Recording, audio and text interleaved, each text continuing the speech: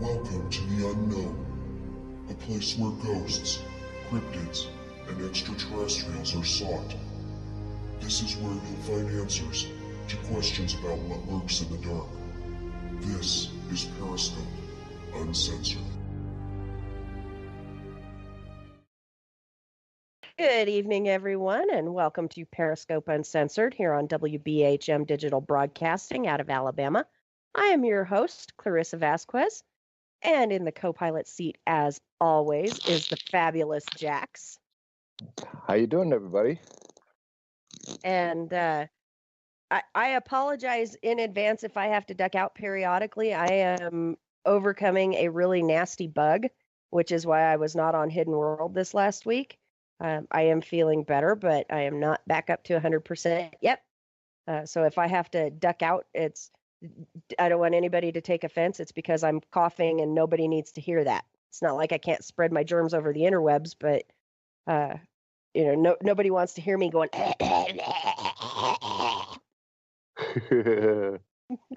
Right?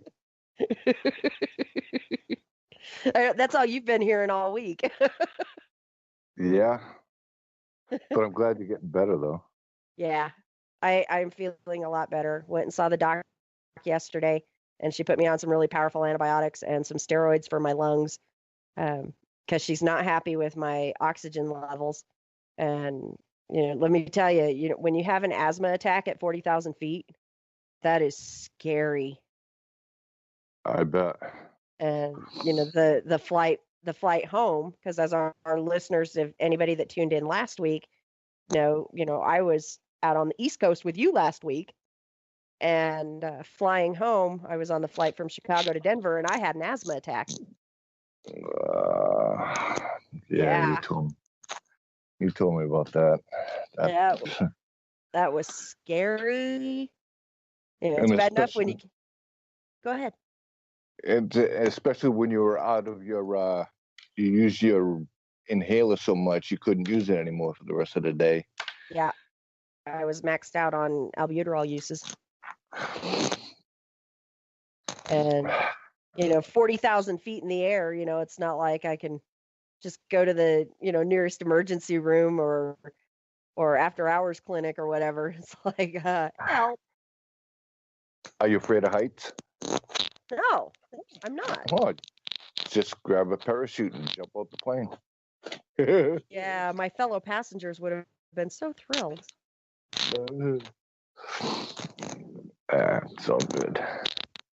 But you're feeling better. That's the important thing. I am. I'm feeling better. And, I'm pounding the fluids and taking the meds and, along with vitamin C and zinc. And, I'm nipping this in the bud because this really sucks. Yeah. I'm still hoping you don't catch it. I will feel awful if you wind up with it because it's miserable. You know what? I think with today's Thursday, I think that I'm in the safe zone because I think I would have caught it by now. I hope so. I mean, you've had it. You've got this when, like late Saturday night, early Sunday morning. Yeah, I think it was late Saturday night when I went to bed early, and then sometime in the night on Sunday is when I started cooking that fever. Yeah, that fever was not good. I was on fire. I was on fire. Or so you told me. Yeah. Damn, you're hot. Roll over. Yeah. Roll over, you're too hot.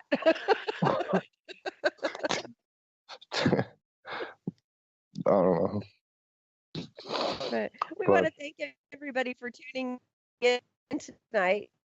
If you're listening via one of our internet affiliates, we encourage you to come on over to wbhm-db.com where you can participate in our fully interactive chat room. And Brenda, we had a room. We were in the room.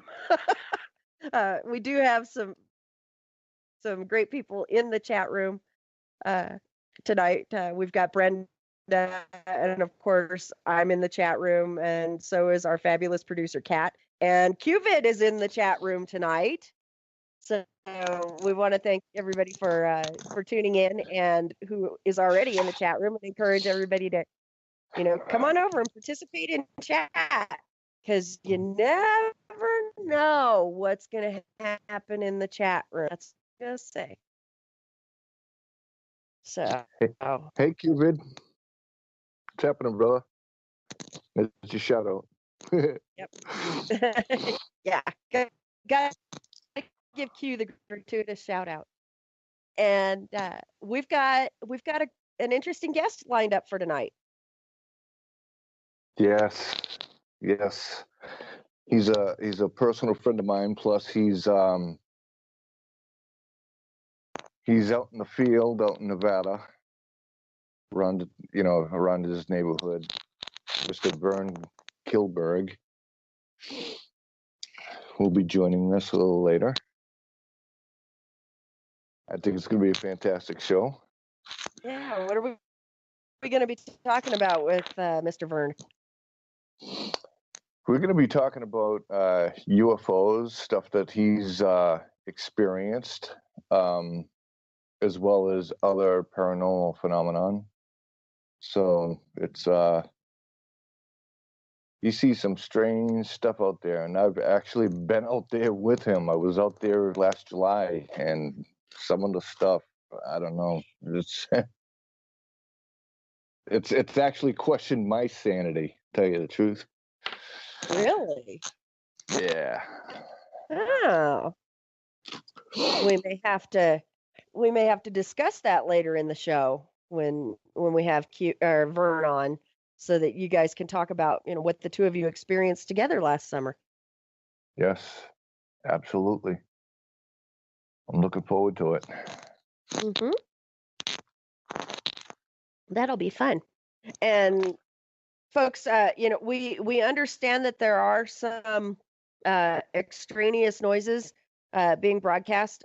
Jax is actually broadcasting from a brand new device tonight, and so it's going to take a while to get the kinks worked out, because he's not used to sitting still when he's broadcasting. I'm sorry. I'm trying. I know. He almost sounds like, when Chris broadcasts from his tablet, almost sounds like I think they described it as he was sitting on a beanbag chair eating Cheetos. I hope it's not that bad. It's not that bad yet. Brenda says Okay. it sounds like you're cracking nuts. And I think Oh, Bubba great. agrees. Yeah, Bubba agrees.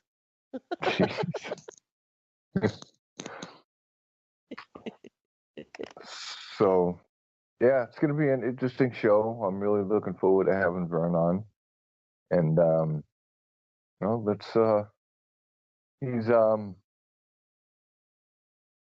he's a brilliant guy, that just, he comes across as, he can act strange at sometimes, but it's all good. Who can't? Who isn't strange sometimes? Oh, I'm strange especially all the in time. this field. Well, yeah. Ouch. But I mean, especially in this field, you have to have a certain element of weirdness in this field. Yeah. You're not supposed to agree with me.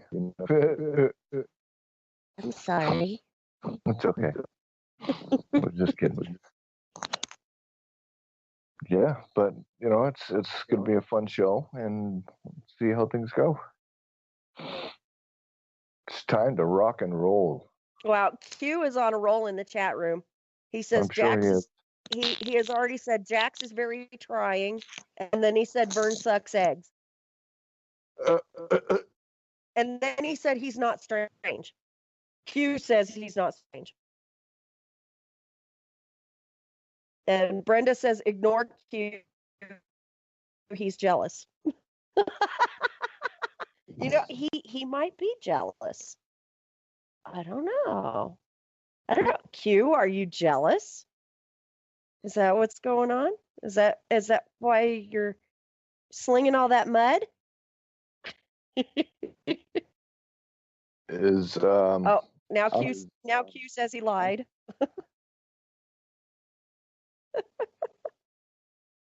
I is what? Am I coming in loud and clear?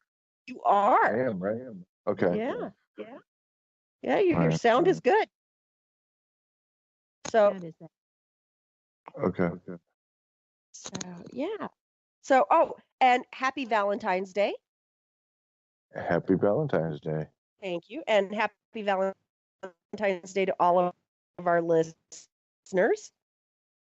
And we hope that everybody has had a fantastic day, regardless if you're single or in a relationship, or if it's complicated or whatever the situation may be.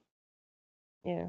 And just remember, for those of you that are single, tomorrow is half price chocolate day. Yes. Yeah.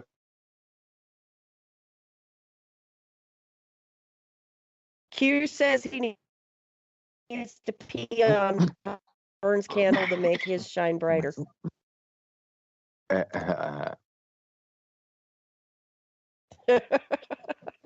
Oh man. Yeah, that's not a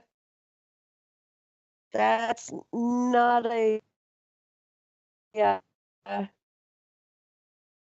That's not a very positive thing. Okay, thank you for the input, Vern. That I'm cutting out a little bit. That actually reminds me, I'm using Wi-Fi right now. I will plug in. I will hard. Oh, let's see. I'm plugged in, and I'm gonna the Wi-Fi.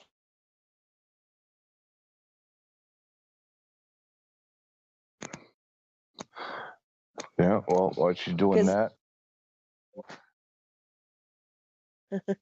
Hello. Yes. Okay. I thought we lost you. Nope. I'm still here. Although it is storming here, so. But like I said, I'm plugged into the hard line now, so I shouldn't cut out anymore. And it's way better than hotel Wi-Fi from last week. Oh, tell me about it. And neither one of us thought to use your hotspot, your internet hotspot, when we were on the air. It probably would have been better than the hotel Wi-Fi, let me tell you. Oh, it definitely would have been better than the hotel Wi-Fi. I mean, think about it. You know how many rooms were there? You know how many people are using the Wi-Fi? Mm-hmm. Oh, yeah. But that's okay. Live and learn. Yeah. Next time we'll use the hotspot. Absolutely. So, yes, Kat, we did get through it. It wasn't our best show, but we got through it. So, what else is new in the world of the paranormal? Anything?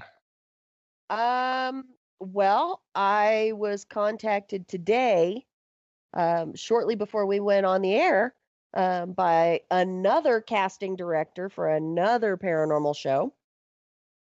Really? Yep.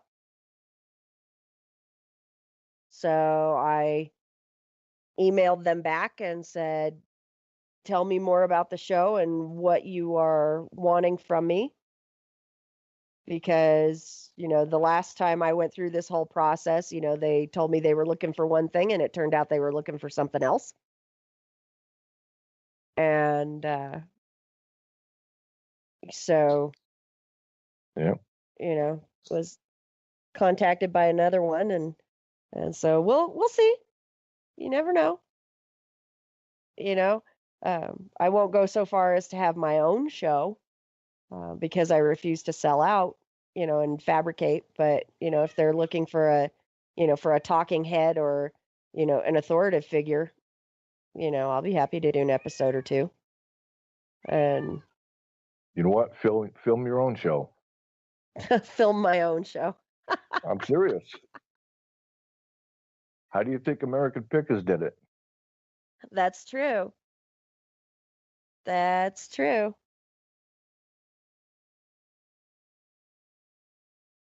That's true. And didn't that show Diggers start out that way too? I believe so. Yeah, I believe so. Yeah. So, yeah, maybe one day. I don't know. Probably not. Well, you know what? You film your own show. You call your own shots. You put in what you think should go into it. You know what I mean? Yeah, well, the You know, last paranormal show that did that was Ghost Adventures. And look where they're at now. yeah, but it's. I would think that you would be different. Well, As of a matter course. as a matter of fact, I know you would be different. So it's not being biased here. I'm just saying. Sure. Yeah. No, I understand what you're saying, but I don't know if it's worth all of the hassle and the headache and the heartache and all of that, when I can just stay at home and write books about the very same thing and still maintain that creative control. And I've got 6 books out on the market. So Yes. And I have all 6 books. yes, you do. You have all 6? I have all 6. I thought you didn't have the children's book. No, you sent me the children's book when I won the graphics contest for Periscope Uncensored logo contest. What was that? 4 years ago? 4 or 5 years ago, yeah. That's right. We did a contest. We were looking for a new logo. And so we ran an on-air contest, and you were a loyal listener back then. Mm-hmm. And we ran an on-air contest to have, somebody design a logo for us, a graphic logo. And you submitted like 4 or 5 designs. It was great. It was more than that because a lot of them I spelt your name wrong. That's true. I remember that. So yeah. And we were contacting you going, we really like this one, but her name's spelled wrong. Yeah. And then during the show, I was sitting there trying to sit there and redo them all and submit them before the end of the show because I wanted to win. Yeah. Well, and the prize was it was a signed photograph of myself and my former co-host, which was Doug at the time, right? Correct. Yeah, so an autographed photo of Doug and I, and then a signed copy of each one of my books. Yes. And I think I only had 4 out at the time. No, you had 5 out. Okay. Well, and then I gave number 6 to you in person last summer. So correct. Yeah. So yep. Wow, chat room's really filling up. Let's see. We've got let's see who has joined us. Ivan and Leroy and Vern's in the chat room. Hey, Vern. Welcome, Vern. And we're going to be calling Vern here in just about 1 minute. We're going to be bringing him onto the show when we go to our break. So exciting things are coming. And on that note, we're going to go ahead and take that break. So stay tuned. You're listening to Periscope Uncensored here on WBHM Digital Broadcasting, and we will be right back. 23 minutes past the hour here on Periscope Uncensored on WBHM Digital Broadcasting out of Alabama. I'm your host, Clarissa Vasquez. Riding shotgun this evening is the man, the myth, the legend, Mr. Jax. Hello, everybody. And I think we got the sound issues worked out. So no more beanbag chair and Cheetos. Yes. No more beanbag and Cheetos. But we've got our guest on the line tonight, and Jax, I'll let you make the introduction because you know more about this gentleman and his history than I do. Sure. Well, this gentleman, him and I have been friends for 3.5, 4 years now, and he's had some experiences, and he does lives on YouTube. And I'd like to introduce everyone to Mr. Vern Kilberg. Kilburg. Sorry. Yeah. Kilburg. Hello, everybody, and everybody in the chat. They know me there too, and Q and Ivan is a new guy that's been kind of following along with his stream, and he's got a stream too that he's been doing out of Los Angeles, so it's kind of cool. Right on. Welcome, Ivan. Coming in, but yeah, it's great to be on here. Great. So, let me ask you a question. What started you in this journey of yours into the paranormal? Well, I was pretty much a skeptic, and I really had a hard time believing in, Bigfoot or UFOs or paranormal stuff pretty much. And the first time I ever actually had any kind of experience with anything that was paranormal-ish, let's just say, was with a Ouija board, believe it or not. And that only happened, I wasn't playing with it, I just happened to observe something, and then something happened. And there was words that were said that there was no way that the people who were operating the board could have known that was personally directed to me. And so it kind of like at first that kind of, opened up my eyes that there is maybe possibly something else going on. But then it was when I moved back to Utah really that I actually had like major paranormal events that occurred to me. And that was over a period of time and in a couple of houses I lived in. And both the houses were, the first house actually was in an older house in downtown Utah, Salt Lake, area. And it was owned by my friend's grandparents originally. And it was thought that his grandfather was haunting the house. And I guess there was some evil stuff that went on or whatever that people were trying to, that were staying down below had a lot of, he turned over people a lot. And when I moved in there, I lived there for a pretty long time, about 1.5 years, I guess. And then I moved to this other house. And the other house is where I came to find out that it was above burial ground, like it was shaman burial ground, and it was what they call the Fremont Indians, which became all of the other Western Indians. I don't know if you're familiar with it in that area, but yep. Yeah, they occupied the benches there, and I was living on a bench about 10,000 south, and that's when I really was opened up to the paranormal and everything. That I had like really incredible things occur in that house in about the 9 months that I lived in it. And what exactly did you experience?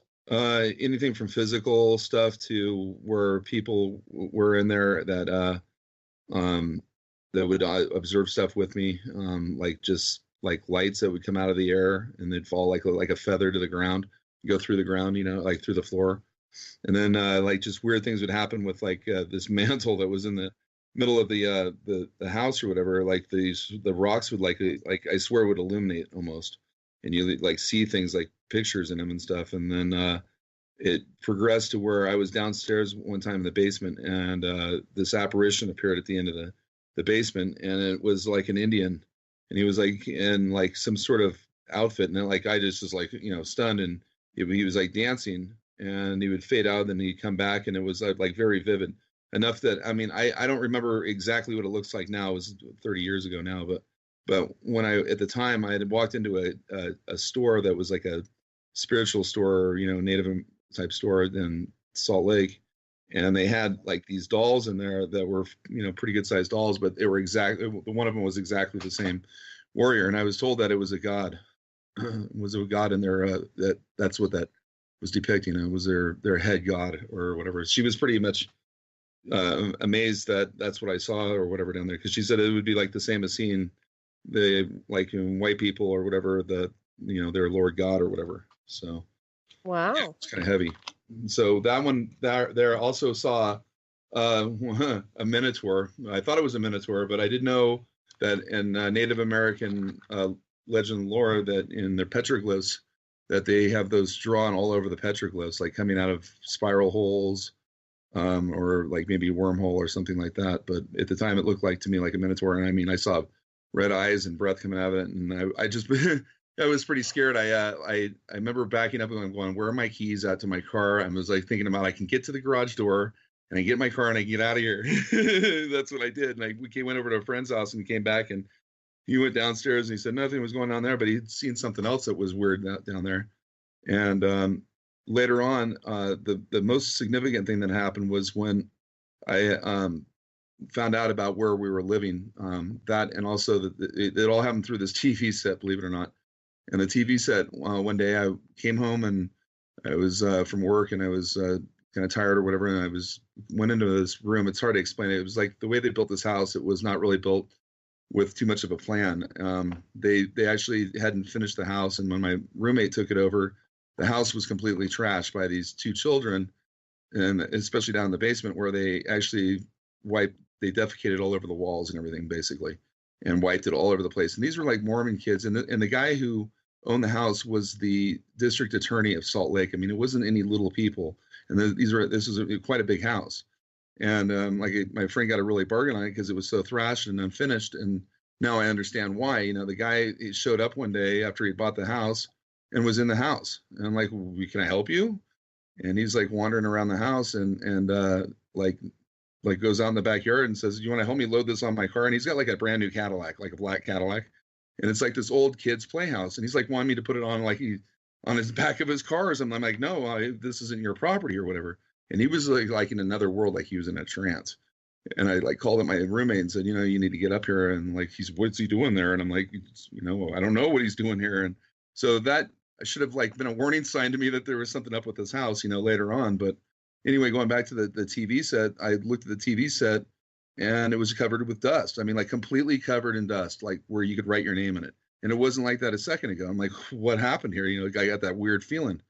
And I started looking at the TV set and it was like there would be these shapes that were starting to like form in it and the dust. And it was like a whale or a dolphin or, you know, something like that. And it's like swimming around in the dust. And I'm just like, okay, I pick up the phone. I call up a couple other friends. I'm like, you guys need to come up here and verify something that I'm not cracking up, you know? And they came up and basically they saw it and, you know, what was going on. And I even at one point took and drew a stick figure at one end of the TV or whatever, and that stick figure walked across the screen and stopped on the other side and winked at us. And that's when I had to go over and just wipe all the dust off. I was like, okay, that's enough of whatever that was, you know, because I'm trying to live here, and I didn't really want to believe in this at the time or whatever. So it was sort of forced down me, and I'd have people that come over and visit, and like I'd go and use the bathroom, and I'd come out, and the front door was open, and they were gone. They didn't even bother to close the front door. They were out of there so quick. And I never talked to those people again. You know, it was like really odd. So I imagine something happened or something scared them out of there. I mean, they weren't the best people. Let's just put it that way. But, you know, I had no idea what I was living under until, like I said, I woke up that one day and the TV was on and we had no cable.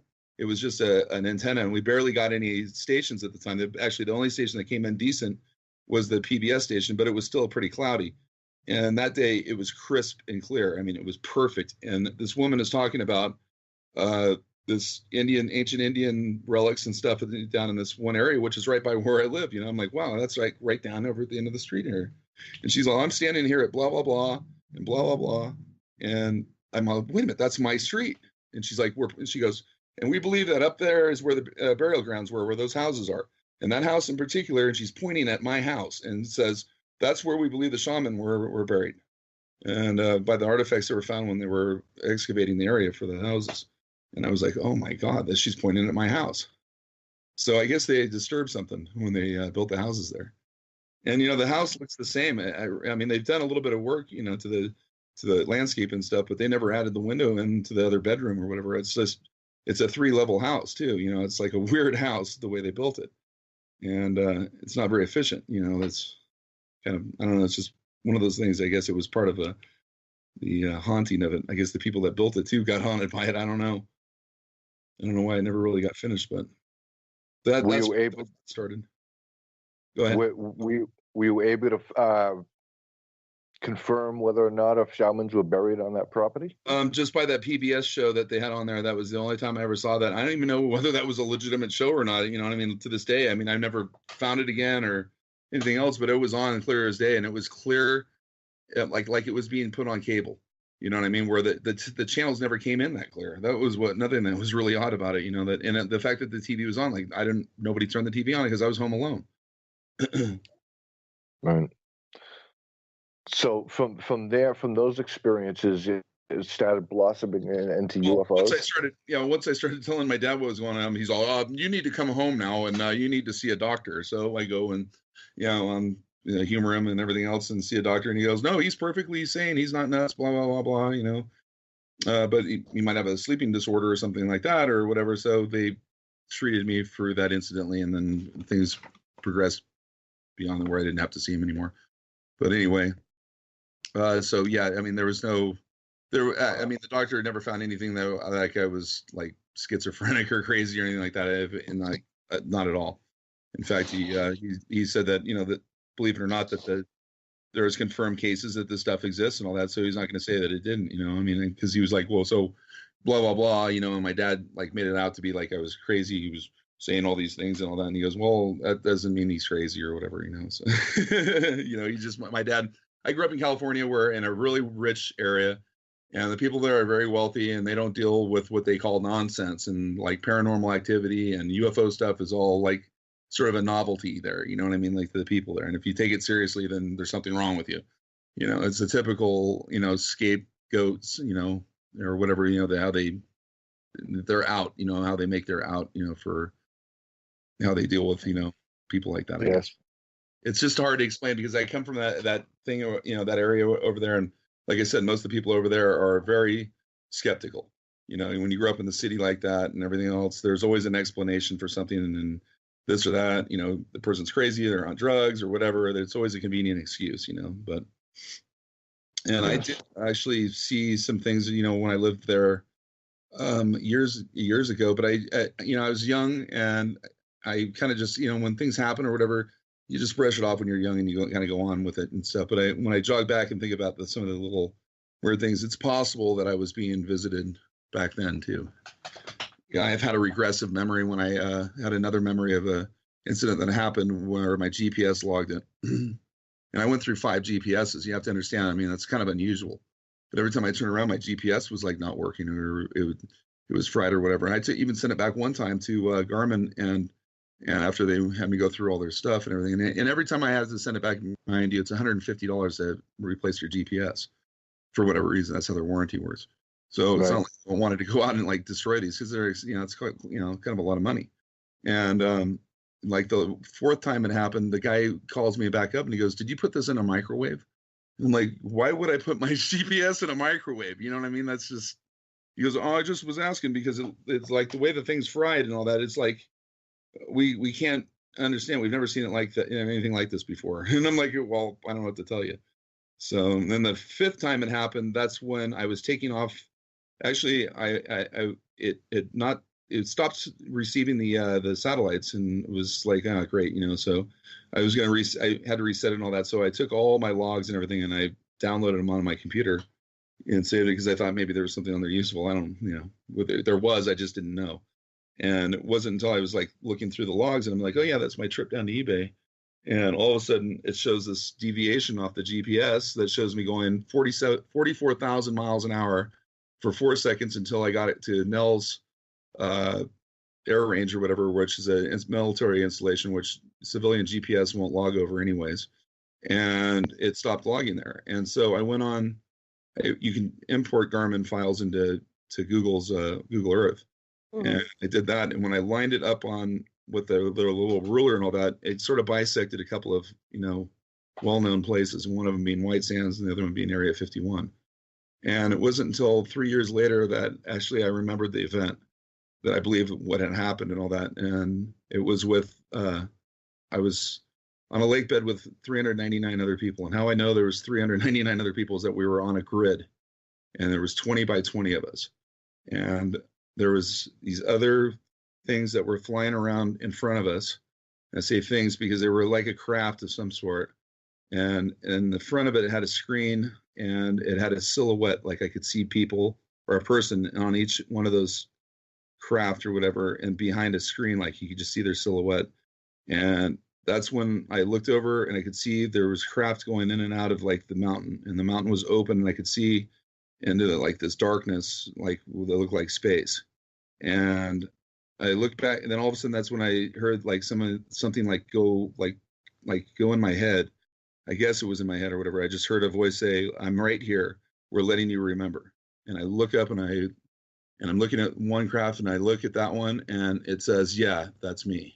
That's like it indicated that it was him or whatever, or her. Or, I don't really have an idea if it seems like it was a masculine type of voice or whatever. I want to say he, because it seemed like that, but it could have been her. I don't know, because it's like in my own thoughts.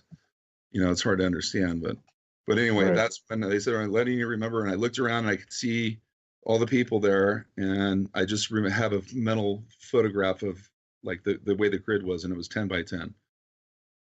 Like I said, I just took a mental picture of it, I guess, or whatever. And I can kind of remember the person standing next to me. Couldn't be sure. I'd have to see the person again to really, you know what I mean? I probably know them, or I think they'd be familiar to me or whatever, but I kind of remember what they look like. They're just a little bit older than me, but I don't know. Was that the same experience that you had where you went when you realized that you had gone through something solid?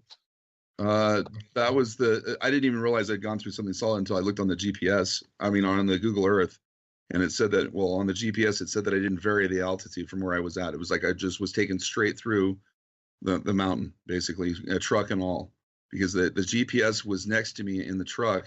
It wasn't actually on my person. And maybe that's how it escaped their, I think the reason why they had to tell me that is it has something to do with truth. And like, I know that sounds crazy, but there's like, they operate by a different level of rules, and they don't hide necessarily because it creates a problem with their whole, how they do things or whatever. They hide in plain sight. They hide like where you wouldn't expect to see them. I think is the kind of feeling that I got. So, because I didn't get a chance to really ask them any questions or whatever. It was just that they were letting me remember this whole flashback, whatever. It was just like I said, it was like, I remember that whole event or whatever. And then I was back where I was, I guess, like I said, I don't remember. It was just like they can control your whole, how your memory works inside your head. I mean, like how the neurons connect into your, the fingers or whatever, how those tentacles, all connect in your brain. And they can totally just disconnect those somehow using some sort of, maybe it's telepathy. I don't know. I mean, like I said, I was just like, I was asleep, and then I woke up and there I was. And it wasn't like I felt any, like I didn't feel anxiety or anything like that. I was just like, wow, where am I? And then we're letting you remember. And then I looked over, and then that's it. That's all I remember. So, I mean, it's kind of weird because, I witnessed this with my son when on Halloween, when I witnessed the crap that was flying around in the field, which I swear was like going right along with us. And I had another gentleman who was waiting for his kids at the front, we're out trick-or-treating. And I pointed it out to him, and it took him like 3 tries. And like, first time I point up, and then he goes, oh, it's a plane. And I'm like, well, it's not moving. He goes, oh yeah, it's not. And he goes, must be a helicopter. I'm like, but I don't hear anything. It's just like right over there. Do you hear anything? And he's like, no. And he goes, wait, it's a UFO. That's a UFO over there. And I'm like, okay, I just wanted to make sure I wasn't seeing things, And he goes, no, that's really a UFO. And I'm like, and he goes over to go tell this other guy. He goes, hey, so-and-so, guess what, over there? And then he, all of a sudden in mid-sentence, he changed and he started talking about something else. I'm like, wow. And even my daughter saw that and thought that was weird because she saw the UFO too. And there was this other little thing that was like flying around in the neighborhood too that it's just funny that she saw it too. And it was on top of a roof of one of the houses when we walked by, and when we walked back by after they did their trick-or-treating, it was gone. And she was like, wow, that was really a UFO of something or whatever. And I'm like, yeah, I guess so. And that's when I'm like, I saw that other craft over there in the that field, and the fields behind the houses there. So when we came back, I'm like, kids, let's just walk down the end of the street here. I'm going to just take a look over here and see what's going on. And I get over there, and there's some brush and stuff. And I get out to the edge of the brush there, and there's 3 UFOs sitting right there. I'm like, okay, I got to get the kids back here. I got to go out and see what's going on here. So I go back to the kids, and my son's looking at me, and my daughter's looking at me, and my son looks at me, and he's like, he's not able to talk. He's only almost 2 years old, right? And I mean, he can walk and everything like that, but he can't vocalize anything. He couldn't even really say mama or dada at that point. He took a little longer to be able to do speech. But he looks at me and he goes, write book. And I look at Jay, and Jay looks at me and he said, write book. And I said, yeah, that's what I heard. I look at him again, he goes, write book. And she's all, Dad, he really said write book. And he goes, I'm like, but he can't talk. And she's all, I know he can't talk, but he said write book. And I'm like, okay, that's really weird, So I take the kids back or whatever, and tell her mother, and she's like, oh yeah, whatever, She doesn't really want to believe us. Well, guys, on that note, it is time for our next break of the evening. But when we come back, we're going to have more exciting stories with Mr. Vern. So stay tuned. You're listening to Periscope Uncensored here on WBHM Digital Broadcasting, and we will be right back. 46 minutes past the hour here on Periscope Uncensored on WBHM Digital Broadcasting out of Alabama. I am your host, Clarissa Vasquez. In the co-pilot seat, of course, is the man of mystery, the man simply known as Jax. Hey. Ooh, radio voice. How you doing, everybody? You're going to make all the listeners swoon. Oh, yeah. Get that Barry White thing going on. Yeah. Don't start now. I can do Barry White too. Vern can do Barry White too. Yeah. Oh, our listeners are in trouble. Solid gold, baby. Well, we'd like to welcome back Vern Kilberg to the show. And Vern, I want to flash forward a little bit to we are currently now in Nevada. What are some of the experiences that you're seeing out there now? It's a lot slower, but then I haven't had my truck running that I normally use out there, which is a Toyota truck, and for some reason it's an older one. And I have it rigged up so that I can drive around there and be pretty much not seen. And I've actually snuck up on these things when they've been on the ground up there, but it's been slow, but there has been activity. It's just like at times it's just spotty. And when it happens really quick. And it's only sometimes, very brief for a minute or two that I'll see something flying around there that isn't anything like, conventional. And usually they'll come up pretty close to me. But see, with this truck now that I'm in, I don't know how to explain it, but it's like, it's harder to pull it off with the Dodge truck that I'm using now, the newer one. But I'm going to have my old one running here pretty soon. So, and I can get out there more often. The problem is like right now the weather's really bad, and I'm afraid I'll get that truck stuck really easily because it's kind of squirrely out there. Where the other truck, I have every ability to recover myself or whatever, and it's really rugged out there. It's not like where we went out with that car. You can't even get there now with the way the road is. You couldn't even begin to get there. It's all like really deep water in places and stuff. So, and I don't like to take a truck out there that's more of a, vehicle I need to use on the street, for towing like my trailer and other things. So, but that's why I haven't really been out. I really want to get out and do more lives. But I've had a lot of people trolling me now and stuff. And a few other things or whatever that make it really difficult. And the way that the YouTube has it set up, I can't really run a stream from myself, because if I get disconnected out there, then I have to restart the stream up, and meanwhile things could be happening, and it's just like I'm more out there. I would like to bring it forward to let people watch it and stuff, but I'm more out there for my own purposes, than I am kind of for other people's. That's where it frustrates some of the other guys, because it's like, why didn't you have a camera going or this and that? Because it wasn't like my priority at the time. I figured about experiencing it. They wouldn't let me. I've watched them where they've been attached to power lines, these like orb-like things. They're like an orb-like thing, but I don't think they're an orb. I think they're something else. And they've like been on for instance, there's a one of those substations, off of one of the main roads. It's like almost kitty corner on two main roads.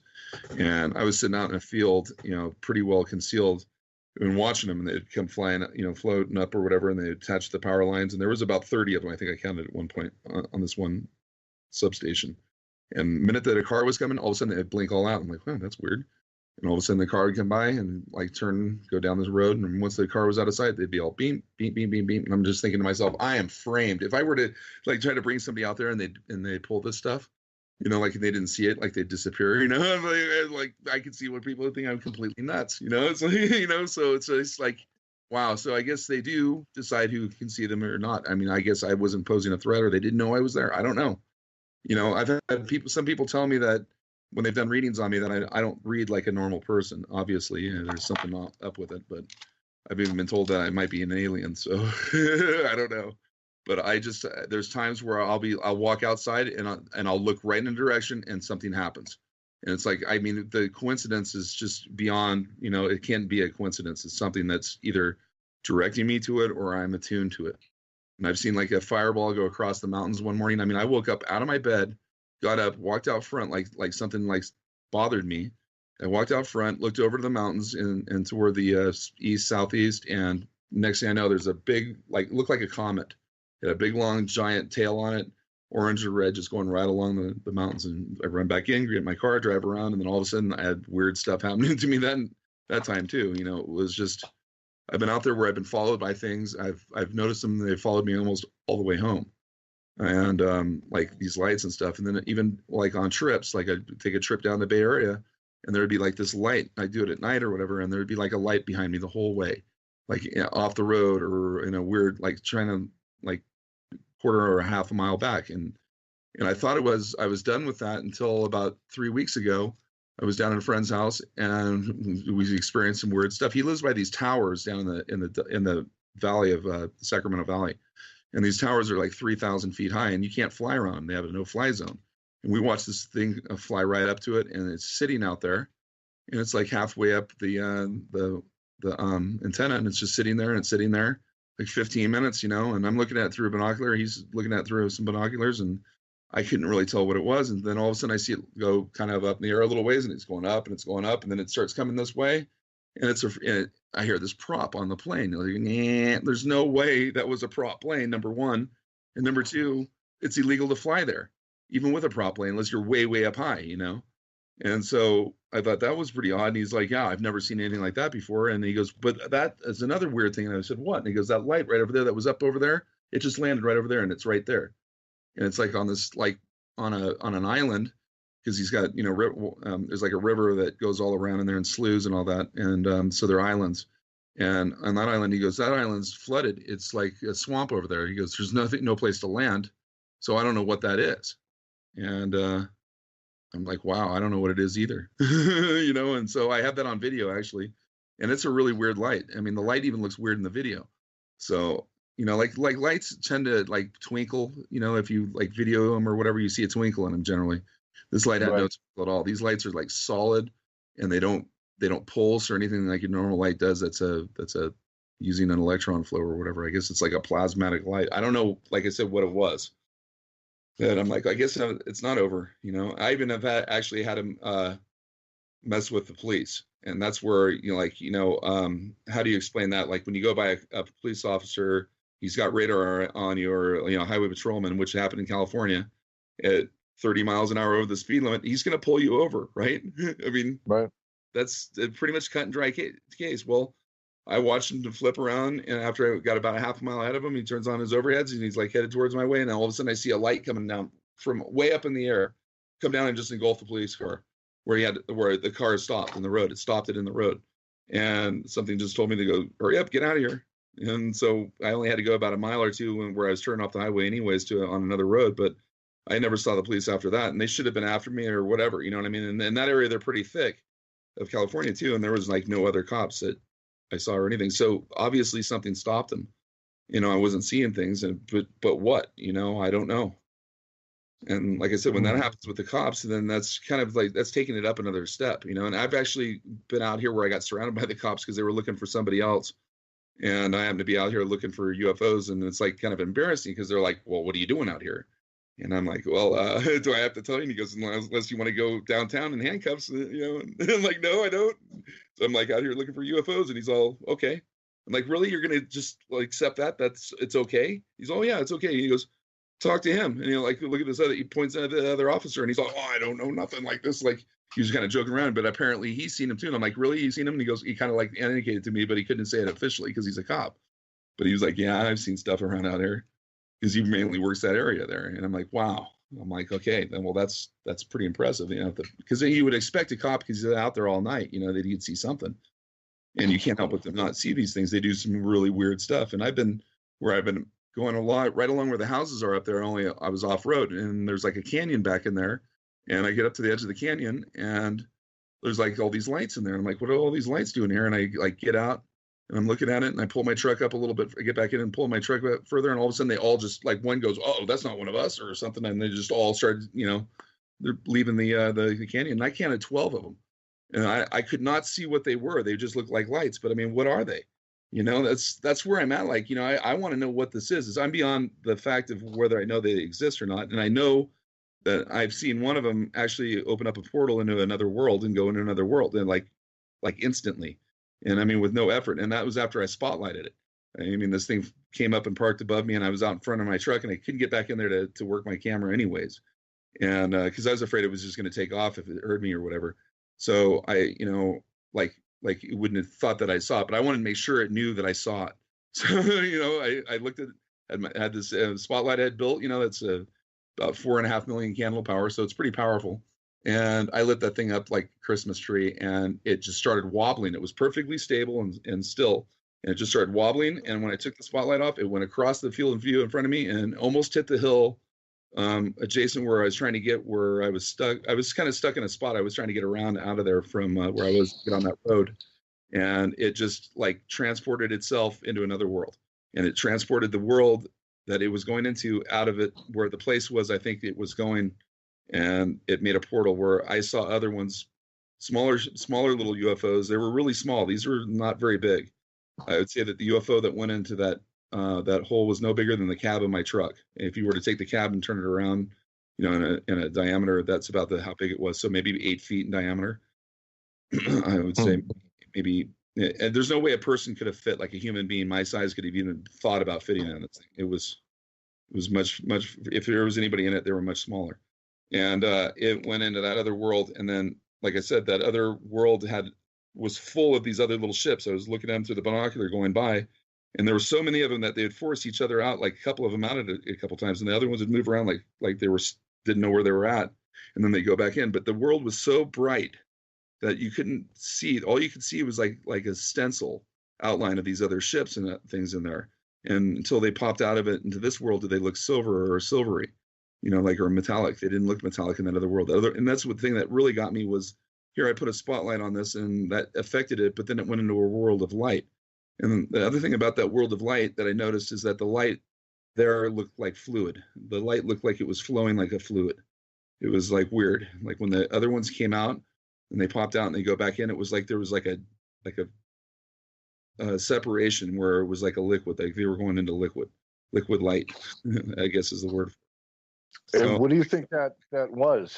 What do you think? Do you think that was a portal to another world or another dimension or something? I think that what happened is that ship transported itself into another world. And in doing so, it had to make space for itself in that other world. And that other world had to be transported back into this world, or it would have created a void. Either way, you know what I mean? There would have been that had to do with that, I think, by the physics of it. And for that happening, it created a portal somehow or whatever. And like I said, I don't know how it connects or whatever at this point, because it appears like it can connect anywhere, like where it will. If they know where they're going in or whatever, they're connecting into that world, they're opening it up. That's how it is. Even though that they could be billion light years away from us for all I know, or on another ship. I don't even know what it went into. Like I said, it just looked like another open world that was of light, and the light, like I said, looked like it was flowed, and it was so bright. Like I said, there was only the reason why there were shadows was, I think, that the converging light that was coming from a different direction or reflecting would create the shadow effect. Because it was just like, it's hard to explain. It was like if you imagine like an animation, where they're just like stick figures almost like that, except that they're 3-dimensional and like a drawing or whatever. And like you can see the corners and everything else, but there was like, the light was so like a pinkish golden light. It was so bright. Like I said, there was no shadows anywhere other than the own light shadowing itself, I guess. I don't know. Wow. And these ships. Guys, we do have to take our top of the hour break. Okay. But when we come back, we're going to have more with Vern, and maybe we can even get them to talk about what happened when Jax went out to visit last summer. Yeah. So stay tuned. You're listening to Periscope Uncensored on WBHM Digital Broadcasting, and we will be right back after this message from NPR. 5 minutes past the hour here on Periscope Uncensored on WBHM Digital Broadcasting out of Alabama. I'm your host, Clarissa Vasquez. Trying really hard to hold it together in the co-pilot seat is Mr. Jax. How you doing, everybody? And sometimes the best stuff happens when we're at commercial break, as evidenced by the fact that we're all laughing right now. No, I'm not. So, as you're pulling it together, Clarissa, I'm going to ask the next question. Okay.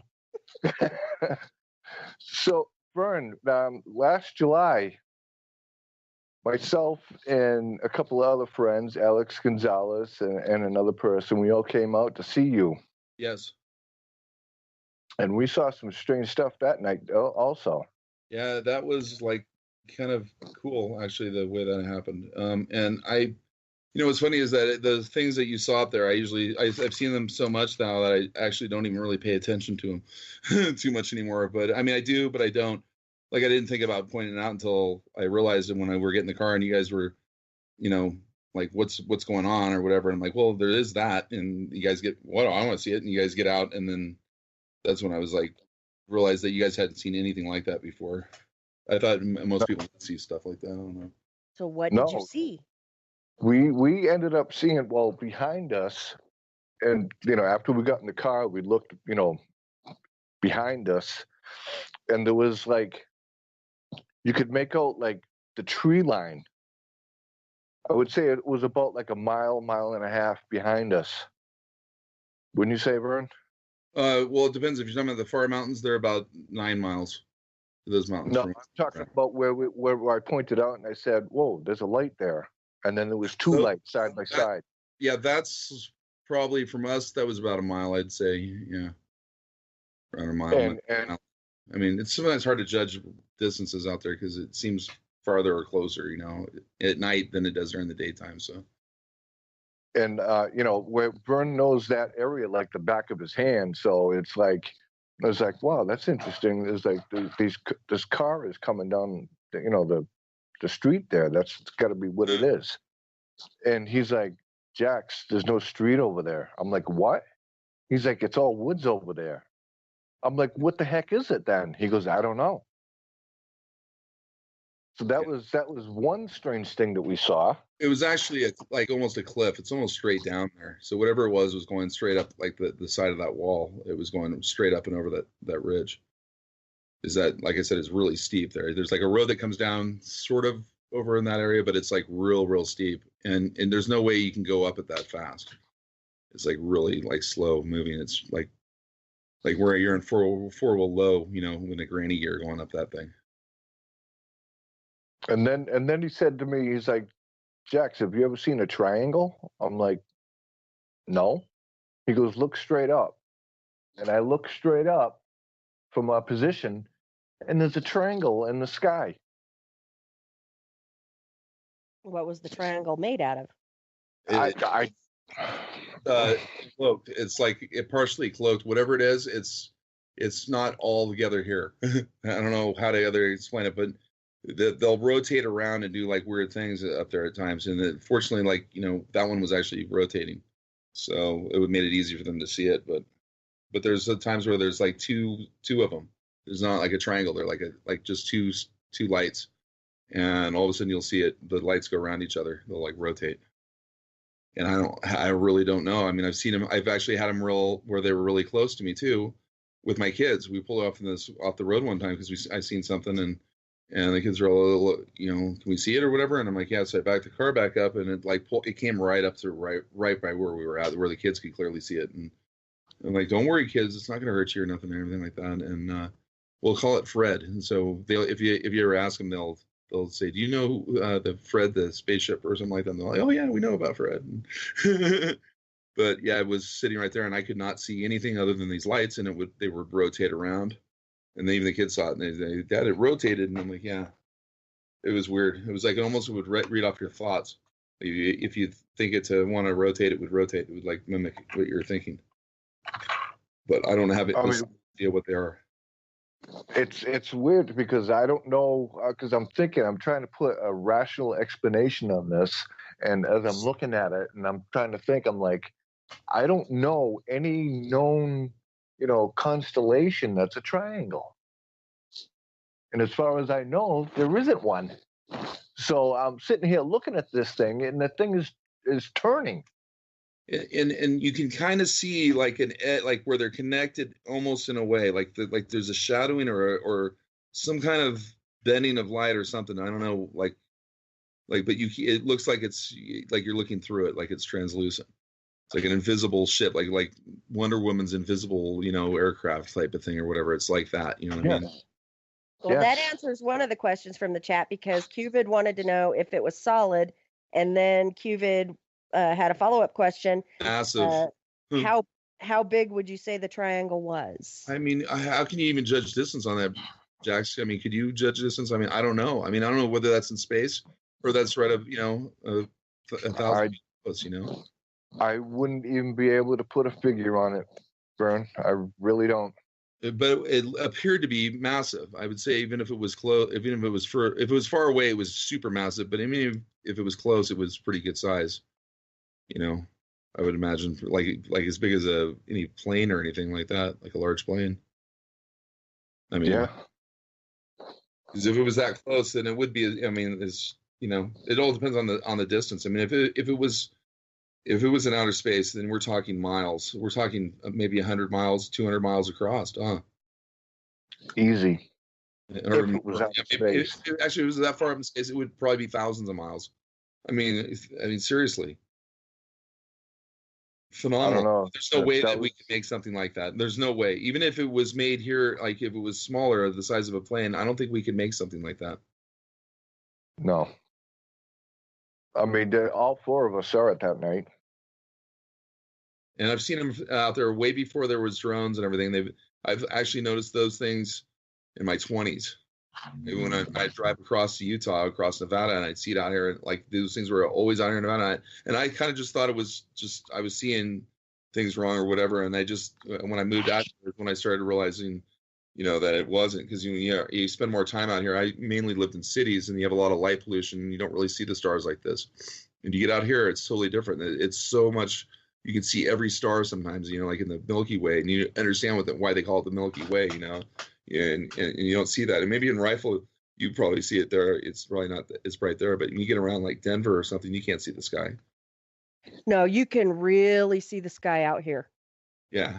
So you understand what I mean. It's like the way things illuminate too. And I don't know about why UFOs pick this area or whatever, but there's a lot of sightings around Lake Tahoe. And I have a friend that's a paranormal investigator up in Carson.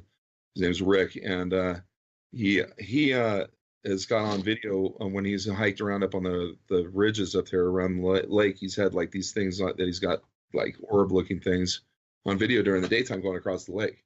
And they're definitely not birds or anything like that. They're like, they come up out of the lake where you can clearly see come out of the water, from below the water line or whatever, and then fly across and then go out just like, like nonchalantly, I mean? So, and the lake is, I think, 2,000 feet deep. And 1,800 feet deep. It's really deep. And so, and I've actually watched these UFO orb things, and it like starts as a bright light, and it comes out of like someplace up there and come across the valley and then go over to another part of the valley and then turn into another bright light and go like in the ground or into the power lines and disappear.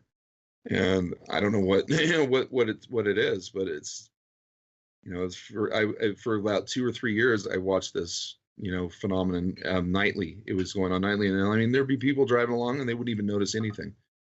So Cupid wants to know if it could have been a drone in this instance. Where up there? There's no way that was a drone, because it was standing upright. It was like upright, like a top, right, Jax? Yes. Horizontal or whatever to the ground. I think it was way too big to be a drone. It was way it was the largest drone I've ever seen. Okay. What about the possibility then of a stealth blimp? Well, if they had them 30 years ago, and they would be in the middle of thunderstorms and things like that, I guess. But because I've seen these things where we've had thunderstorms, and I don't think that you want to be flying a blimp around a thunderstorm. Well, I don't put it past the military to do anything. Well, I was just going to say, like a little birdie told me fairly recently that, 99 was what, would military comes out with something like GPS, for an example. Yeah. We have that today. Yeah, military technology is always 20 years ahead of civilian technology. So whatever technology we have now is what the military was using back in 99. Well, then I'm sure they're not using a type of drone that can go into another world where there's thousands of other smaller drones that have that are not in this world. Okay. Yeah, You know what I'm saying? I don't know. A leap of faith there, because if they were manufacturing that many of them, somebody would know, because you could not manufacture 10,000 small little UFO craft and not have someone say something or leak it. You know what I mean? It's just the way it is. Even the SR-71, the information on that was leaked out to the public way before, and Oh yeah. the stealth fighter. The stealth fighter was responsible for a lot of UFO sightings in its time, but the things that I saw were definitely not anything that we have that's conventional by any means. And you have to understand, these things are seamless. The crap that I saw was seamless, and the other one I saw that through a binocular that was 5 miles away. When I looked at it through the binocular, it was clearly the classic UFO type of thing, except that it was golden. It was as golden as like any light I've ever seen, or like jewelry, and it was to scale. We're talking about something that was massive, and 5 miles away. If you look at a plane through a binocular, like when they're flying at 30,000 feet or whatever, like in a 747, all you're seeing is contrails. You see how through a binocular how big it is. This thing was 3 times the size of a 747, and it was at the end of this valley. So, and then it just disappeared up behind these mountains, and I went up as fast as I could drive my truck up this hill, and got up to the top of this mountain range or whatever, and I went down and I never saw it again. It was gone. So wherever it went, it either disappeared, and maybe that's what when it was, what I was seeing happening was actually it was going into that other world, because at the time I didn't know. I was up on a lot of these ridges, and I'd see these like super bright lights down, like in these areas where there shouldn't be anybody there at all. And I'm like looking, and it looks like there's a vehicle or something. I'm thinking. So, but I mean, the light was so bright. I'm like, where's that light coming from?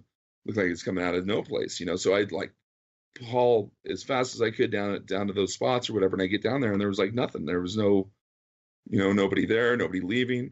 And I had no idea what was going on, except that I think it was the same thing going on with what I saw that other little ship do. And that's that they were jumping into wherever they were going through their hyper tunnel or whatever, hyperspace.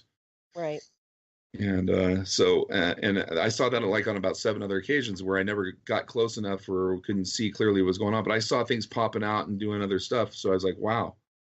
So it's, it was occurring there pretty regularly for about 5 years. And then, like I said, I broke my truck. I broke the engine, and I haven't been out there too much. And I hurt my back and my arm, and, excuses and all that. But it really stalled me out for a long time. And I've just been able to just start to where I can actually move around and twist with my back and everything. So I've pretty much been on hold for like the last 2 years. And so I don't know if it's been going on really, I've been trying to get out there on, like I said, on these lives, but I don't get out there till really too late. And I don't really have the truck to go way back and sneak around like I did before, which sounds all suspicious and all that, but really you have to you can't just be blatant out there. At least I try not to be or whatever. And it's like paid off because I've gotten really close. I've had them actually one of them come right up to me. And that was another story too. Maybe we'll probably tell that one on the last hour, but. Well, then why don't we take our next break?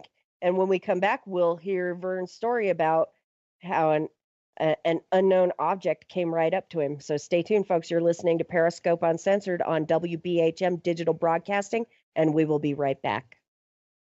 Son of a... Hey, son. Mother... Son? What are you doing? Hey, Mom. I'm getting ready to listen to Periscope Uncensored. By expanding your vocabulary. Well, it is uncensored. Son, the uncensored part of Periscope Uncensored is Jax and I getting down to brass tacks with all aspects of the paranormal. There's no fluff on our show. So, no off-color commentary? I didn't say that. Awesome! Son? I just hit my head. Oh boy. I'll go get you an ice pack. Catch Periscope Uncensored Thursday nights at 9 p.m. Eastern, only on WBHM Digital Broadcasting. 23 minutes past the hour here on Periscope Uncensored on WBHM Digital Broadcasting out of Alabama. I'm your host, Clarissa Vasquez. Riding shotgun tonight is my faithful partner in crime, Mr. Jax. Hello, everybody. Ooh, radio voice. You're gonna make all the listeners swoon. Yeah. So Vern, what do you? There was a video that you had showed me when I was out there, and it was a daytime video. Right. That was and this yes. In this video, there was something flying around, kind of like doing like a figure eight. And at the same time, I'm sitting here as I'm watching it, I'm like, my mouth is on the ground, of course, and I'm trying to pick it up and put it back where it belongs. And I discovered there was like at least 6 objects flying around each other in that video. Yeah, I never saw those other 6 ones. I only saw that one, and believe it or not, it was like I walked out because you guys were headed up. I just walked out front to see what was going on or whatever. You guys were, I think, getting pretty close, and I looked up and I kind of saw something. I'm like, my registers an airplane or whatever. I'm like, and I turn around. I'm like, wait a minute, that wasn't an airplane. I looked back up again, and it turned. And it was a round disc, and it started going like north. It was coming like from the southeast sort of, and then it just turned and went like abruptly north. And so I'm like, Q, it'll kill me if Q will kill me if I don't get this on video. So I ran in like as fast as I could, grab my phone and run over, and then like you can see where I started. It's on my mom's car because I had to rest my hands on it so I could get it on there. And then it just stopped.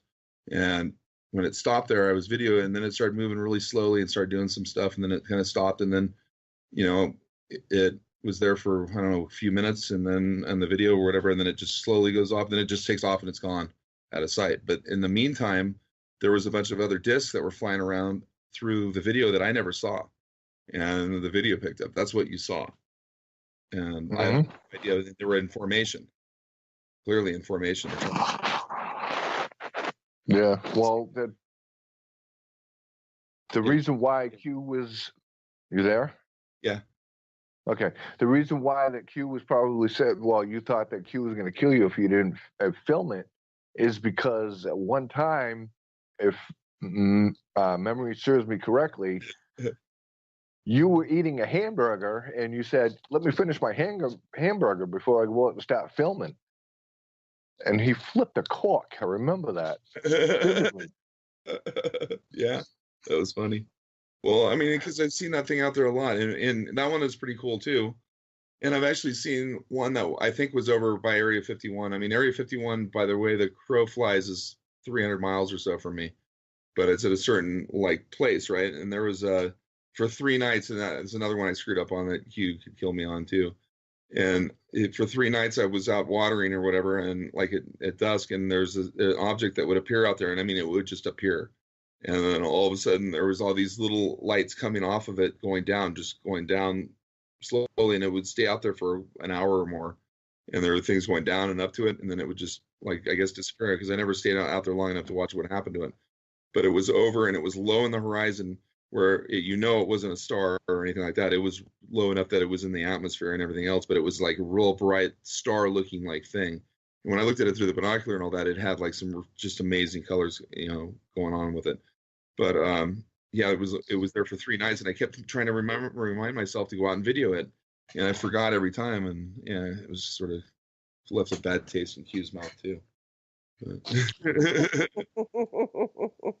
I never get to see any of this stuff. I want to see this, and I'm like, well, then you need to come out here. Like you should be getting married in Las Vegas with Elvis. But right? That would save us all a lot of money. Yeah, right. Exactly. Right. I mean, I think we got to do one of those petitions in a GoFundMe or something, you know? Yes. Bring them up. Come to Vegas, Once Q. we- Come to Vegas. So okay, so you do filming, you do lives. How do you do your lives? Do you have a YouTube channel? Yeah, I have a YouTube channel. It's Vern Vision. Right now, it's Vern Vision TruthNet, right? Yeah, Vern Vision TruthNet. It used to be Vern Vision IntelNet, but that one kind of has been shut down for unknown reasons. So I'm trying to work that one back up and out, but I can't do any streaming on it or anything. So I just folded it like they kind of requested I do or whatever if I was going to do any more streaming. But then on the new one, they tried to shut me down for no reason whatsoever, like this copyright, like I was showing copyright stuff or whatever, and I wasn't. I was actually there was a video of this guy of a beefeater guard knocking this guy out, and I'm like, I think it's fake, you know, and it was fair use or whatever I thought, because I you know, we were you know, analyzing or whatever as being real, and I shut that down, and then it was like about 5 minutes later, I get this notice that starts popping up that's saying my copyright, like there's a copyright thing going on or whatever, and I'm like looking at my screen on my other computer because I was logged in with that one, and I just closed it all down, and it was just a black screen actually, and next thing you know, it's still popping up to where I actually had to refresh the window because they were going to like shut my stream down if I didn't, you know, and then everything's fine, and when the video rendered, it rendered without any strikes or anything at all. I thought, then, well, that's really phony again. You know, it's like they don't like me out here doing, I guess, this. I mean, I've gone on their app on their phone and searched for my live on there, and it won't even show up. And I think that's kind of rotten. You know what I mean? If I even put my name in Vern Vision of the name of the stream or whatever, it won't even show up on my phone. It'll show up on the computer, but not on the phone. And you know how many people are on their phones? You know, looking at YouTube and everything. I mean, probably a lot more than aren't. So I think that they're actually negatively, and they've been doing this was even before they announced that they were going to do this to the flat earthers and all this other stuff, which I don't have a problem with them, you know, so much, you know, monitoring people like that. But then again, it is censorship in any form. So, you know, I totally am against flat earth. I think you're a moron if you subscribe into that. I mean, that's ignorant, uneducated talk there, you know what I mean? But I'm not going to say that you can't, you know, have your belief or whatever, you know, that's not fair, because what if I am wrong, you know what I mean? The chance that, you know, so. Yeah. But you said you have a copyright. Why would you have a copyright? Because when we were doing lives, you know, sometimes when I'm hanging out with the guys, we'll look at some videos, UFO videos or something like that, you know, on there. And if they're like got music on them or anything like that, that's what mainly they go after you from. And what I think they originally they claimed it was that we were watching that video with the ant and the spider, that the spider killing the ant or whatever, and there was music. I couldn't even hear it, but if you were wearing headphones, you could hear it. It was like background music. Well, that background music was copyrighted. But you know, we're talking on another channel that I know doesn't have permission from the copyright people to have it, but they don't enforce it on them. They enforce it on me because it's like a live, I guess, or something. I don't know. But like even like if you're walking by somebody and they're stopped in their car with their music loud and it goes on your stream, they could hit you with a copyright violation for that, which is way stepping beyond, I think, what the law was intended to do when it came to copyright stuff. Because if I was an artist, you know, and somebody wanted to use my music, you know, and they're only doing it for their show or something, they're not going to like produce my music and use it for, you know, a commercial value, that, you know, to sell it. They're just using it to their stuff. I have no problem with it. Like Art Bell used to do that all the time, you know, in Coast to Coast, you know, you call it bumper music or whatever. And but see, he was licensed with a radio, and with radio they have different rules and stuff than they do with streaming or whatever, which is, you know, stupid, I think. But anyway, yeah, it's pretty ignorant how they have this, and basically, like I said, they can, if they find one little thing going on, they can actually suspend you or terminate you on just like right there on the dime. And it might be even like a robot, you know, an actual program that does it. It's not even actually a person.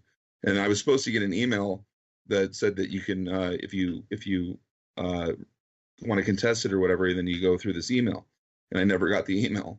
And then I went on and they changed one of the formats on there, the Creative Studio, you know, where you do your portion where you can make your video up and stuff.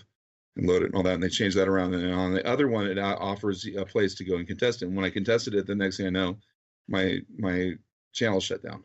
So it's like they didn't like you to even contest it. Yeah, but you have another channel, right? So you're still doing lives on that channel? Vision Truth Net.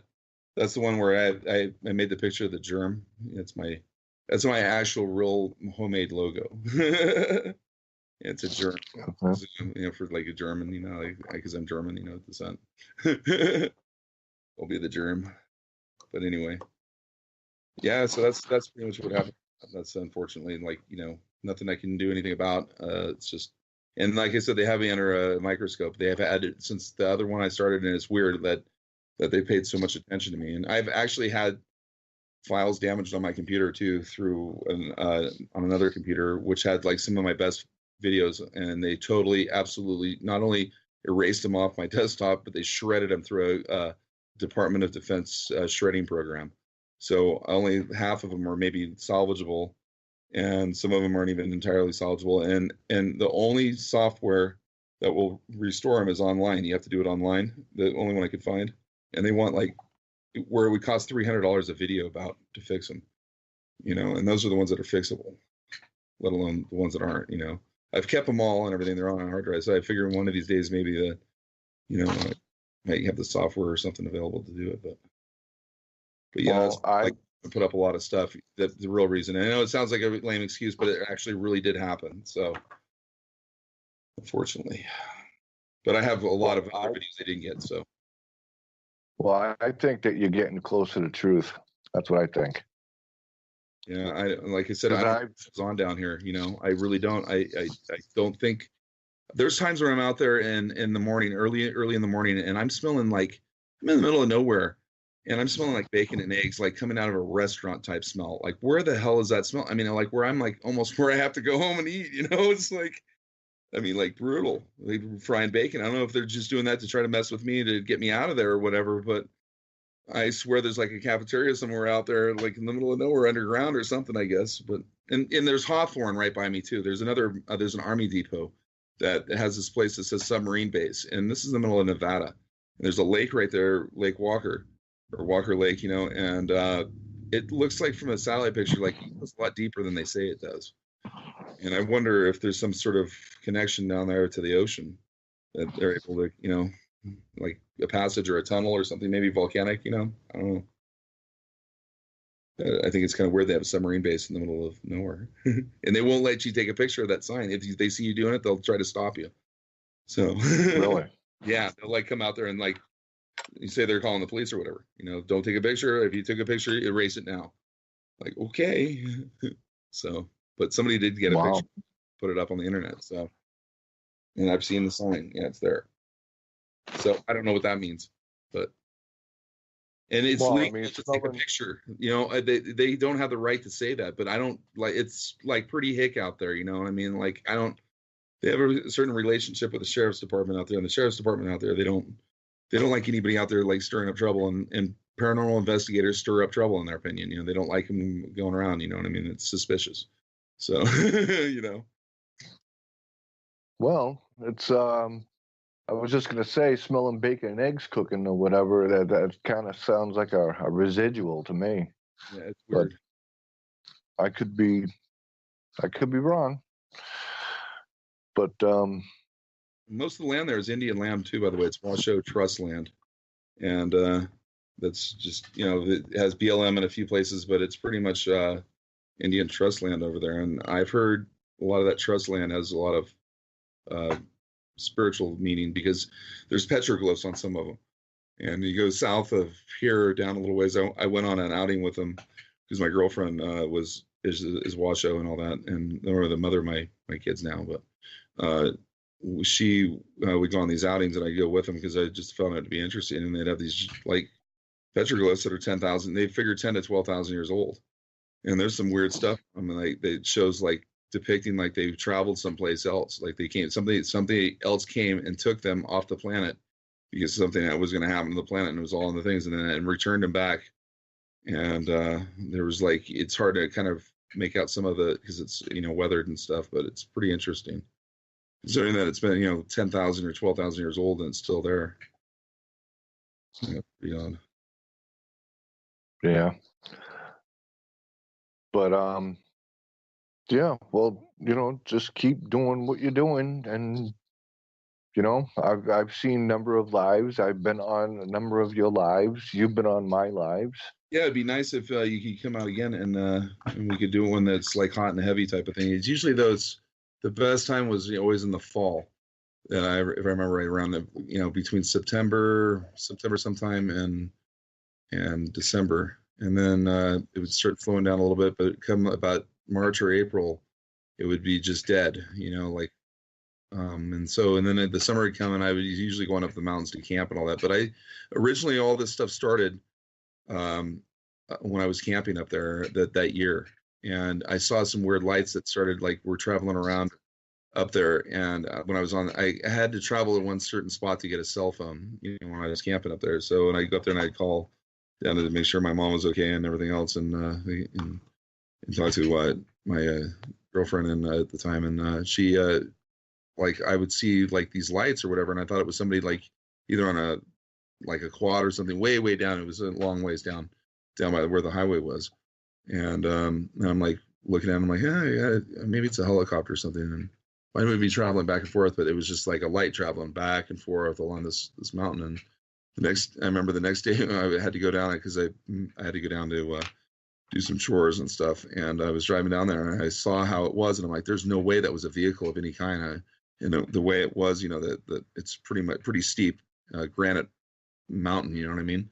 And I'm like, there's no way anybody would have flying a helicopter around there back and forth like that either. I'm like, what? I wonder what the hell that was.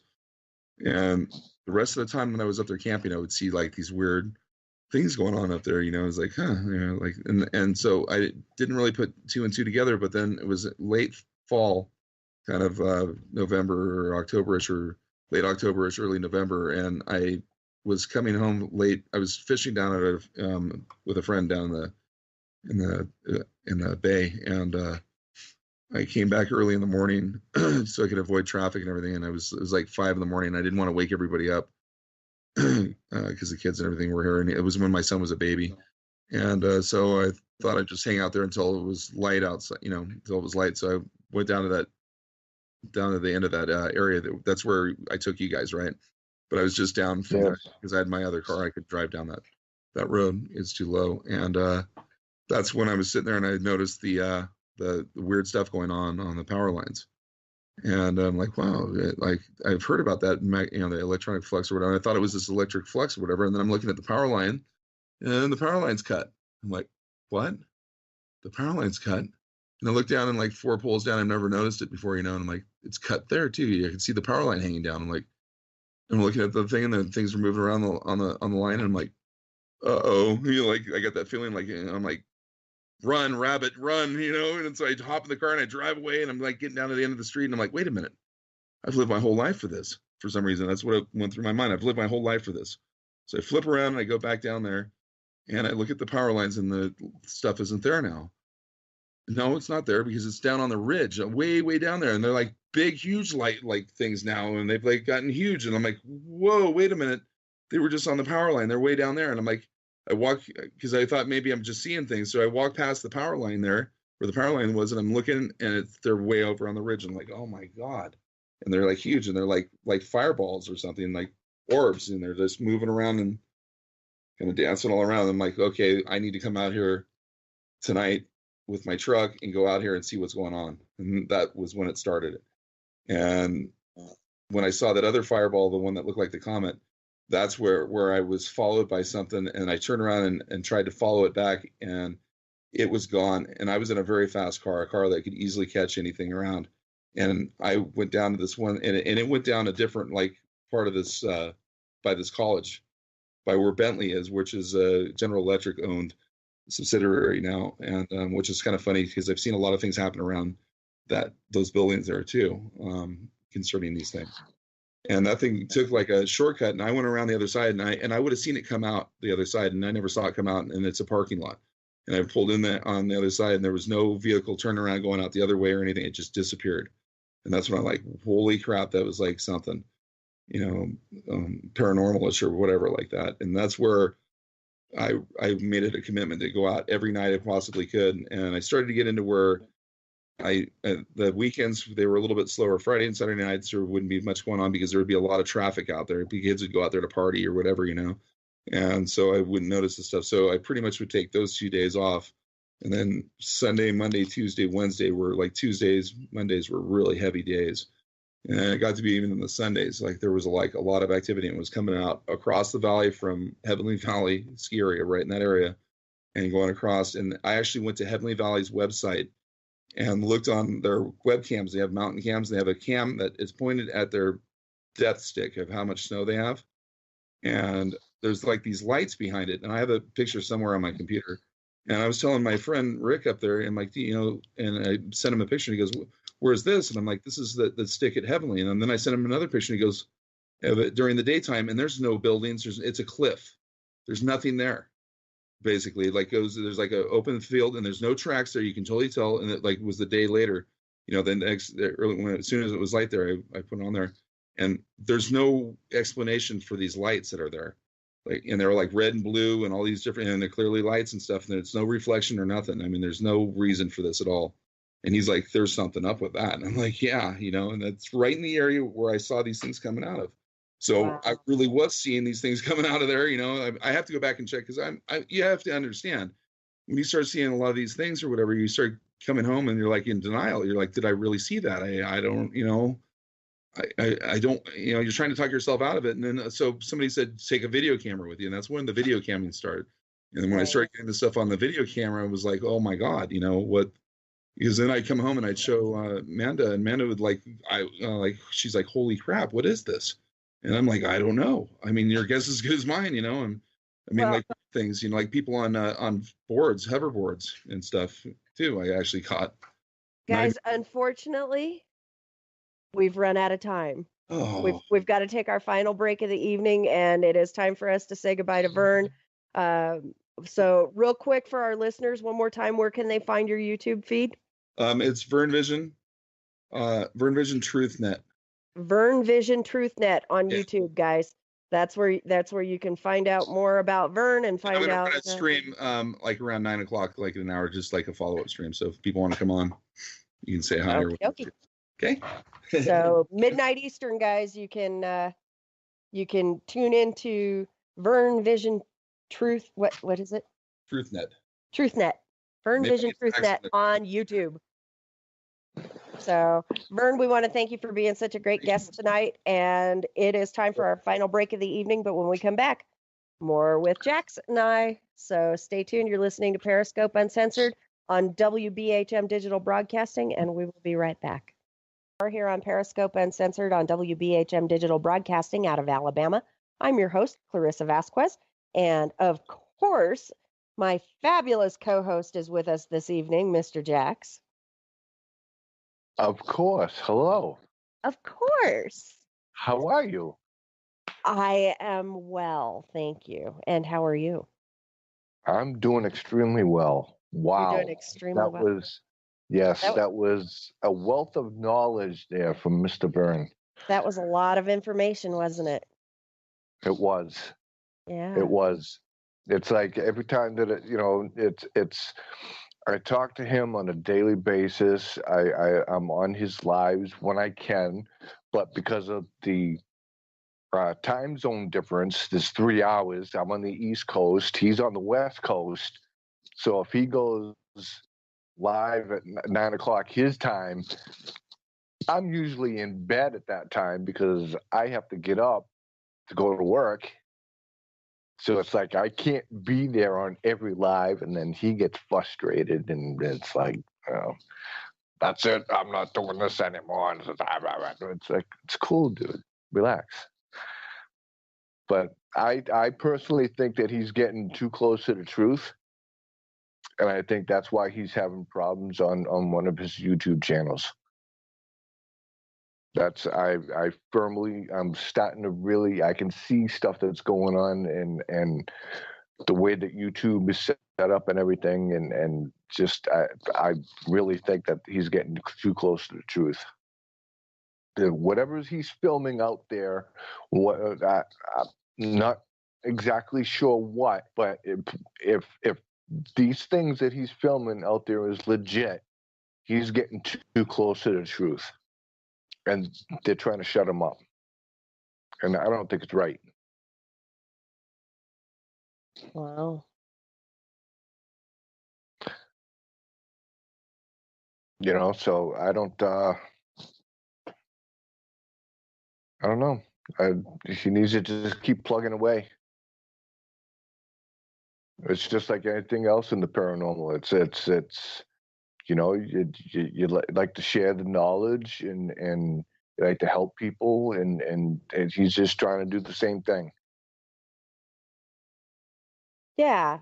And people are always seeking knowledge, and remember when we first got started investigating ghostly phenomena 20 something years ago, people thought we were crazy. Yes. And because the internet was still in its infancy, and paranormal TV wasn't a thing yet. And so for us to be out there, looking for things that go bump in the night, we were looked at like we were crazy.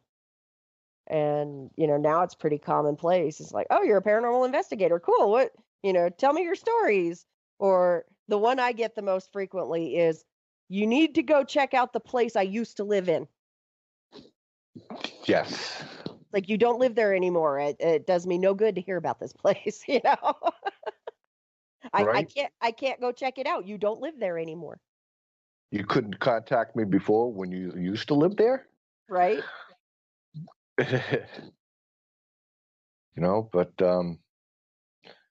it's I don't know. There's some stuff going on that and I'm not going to get into major detail about it, but there's stuff that's going on YouTube that just, I don't know. I don't know. I mean, I don't think it's right. I mean, they're already trying to take away the freedom of speech and everything else, and that was come out in a statement. So it's like, okay, whatever. So now we can't talk. We can't tell people what we experience. Are you serious? That's not right. That's not right at all. And that's and I, like I said, I firmly believe that's what they're doing to Vern. And I don't agree with it. There's a lot of people, the community with the flat Earth. That's fine. You want to believe in flat Earth? Go ahead. Knock your socks off. But the point is that right or wrong, they have no right to go after a specific community, and shut them down because they don't believe in the same thing that you do. Yeah. I don't agree with that.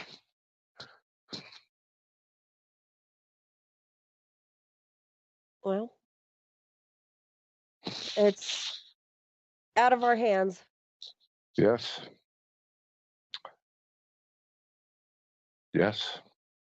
But time will tell. Time will tell what's going to happen. I mean, any one of us, being investigators, any one of us could break this wide open at any time. Yep. And I want to make sure that I'm there when it happens. Oh yeah. Yeah. Well, so we don't have a guest lined up yet for next week. Okay. Maybe we should get Cuvid on the show. Cuvid,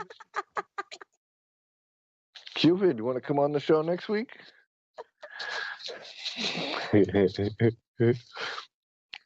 We'll get him talking about the paranormal in Liverpool. All right. Well, he's had some experiences.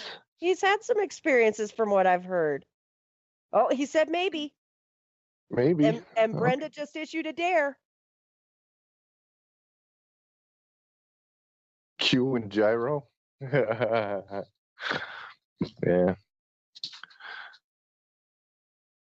Oh, she just double dog dared him.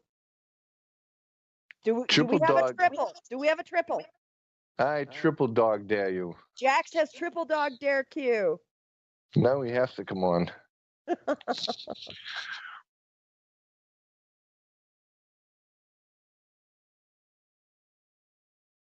So did Brenda. She triple dog dared him too. Triple dog dared him. Mm-hmm. Yeah. So it's We'll have to try to sweet talk him. Oh yeah. I'm sure with your sweet voice, I'm sure you can get him on. Please, Q, please.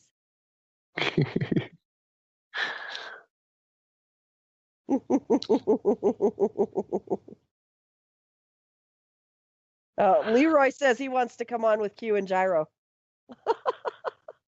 I don't know. This could be getting out of hand. Yeah, well. We'll talk to Cuvid off the air and see if we can. He says he'd love to. Great. He said he'd love to. Great. So next Thursday, our guest is going to be Cuvid. It's too late now. You can't back out. Yep, we've already announced it. So we'll be talking about the paranormal in Liverpool. So that's exciting. And as far as Hidden World goes next week, I have no idea. I've been gone from the show for 2 weeks. I have no idea what's going on. So, but I do want to thank Seraphine Hurley for filling in for me for the last 2 weeks. 2 weeks ago, I was traveling. And then this week, I was sick. I was so sick. I listened to the show. Well, I slept through most of it. But I was in the chat room for a while. And so, I did get to hear their interview with Keith Johnson. That was really cool. And they weren't picking on me this week. So that was good. But, big shout out to Seraphine Hurley from Tripping the Void for covering for me. That was awesome. She did a great job. Excellent job. Absolutely. And so did Chris. He did an excellent job too in your stead being host. Yep. He's learning. Yes. I keep telling you guys, just pretend to be me. You know what? I didn't even have to pretend to be you tonight. So no, you didn't. You did great. Yeah, absolutely. And with that, we are out of time. Boo. I know. Time flies when you're having fun, doesn't it? Yeah. Yeah. But we want to thank Vern for being such a great guest and sharing his wealth of knowledge and experiences with us tonight. You can always catch the archive on Spreaker. And so for Jax, Chris, Kat Hobson, the WBHM family of hosts, and myself, we want to wish everyone a great evening, and may all of your ghosts be friendly. Stay spooky, everybody.